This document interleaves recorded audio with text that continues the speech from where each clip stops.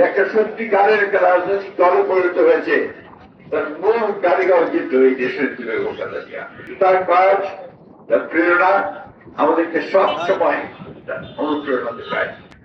আজকে আমাদের জন্য একটা আনন্দের দিন যে এই দিনে সেই নেত্রী জন্ম নিয়েছিলেন, যিনি বাংলাদেশের ভাগ্যের সঙ্গে জড়িয়ে গিয়েছিলেন এবং বাংলাদেশকে বারবার তার নেতৃত্বে সংগ্রামের মধ্য দিয়ে গণতন্ত্রের ফিরিয়ে নিয়ে এসেছেন এবং বাংলাদেশকে সমৃদ্ধ করবার সংগ্রামে অংশগ্রহণ করেছেন, নেতৃত্ব দিয়েছেন।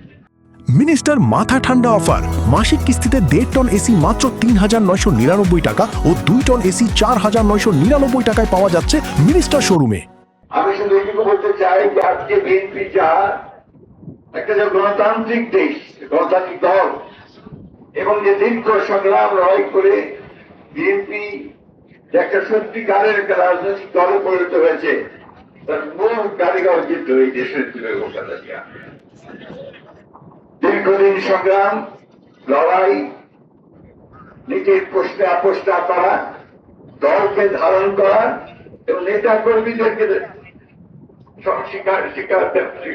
স্বীকৃতি দেওয়া, এই মহান নেত্রী আমাদের মাঝে আসছেন।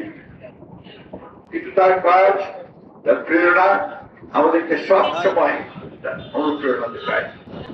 আমরা আজকের এই দিনে আমরা সবাই এই শপথ দেব যে বিএনপিকে আমরা সত্যিকার অর্থেই একটা এমন একটা গণতান্ত্রিক দলে পরিণত করতে চাই যে সত্যিকার অর্থেই বাংলাদেশকে নেতৃত্ব দিতে সক্ষম হবে।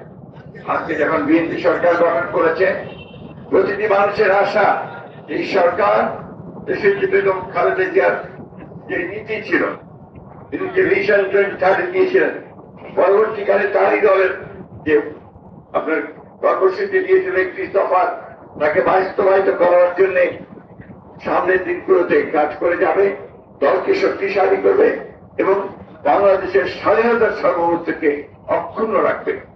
এই কথা বলে তার আমরা আত্মার মাগফিরাত কামনা করছি এবং আল্লাহ তাআলার কাছে এই দোয়া চাইছি যে আল্লাহ তাআলা কিভাবে আমাদের স্বাধীনতার ঘোষক শহীদ প্রেসিডেন্ট জিয়া রহমানকে আমরা দোয়া করি যে তুমি যেন বেশ নসিব হন, ঠিক একইভাবে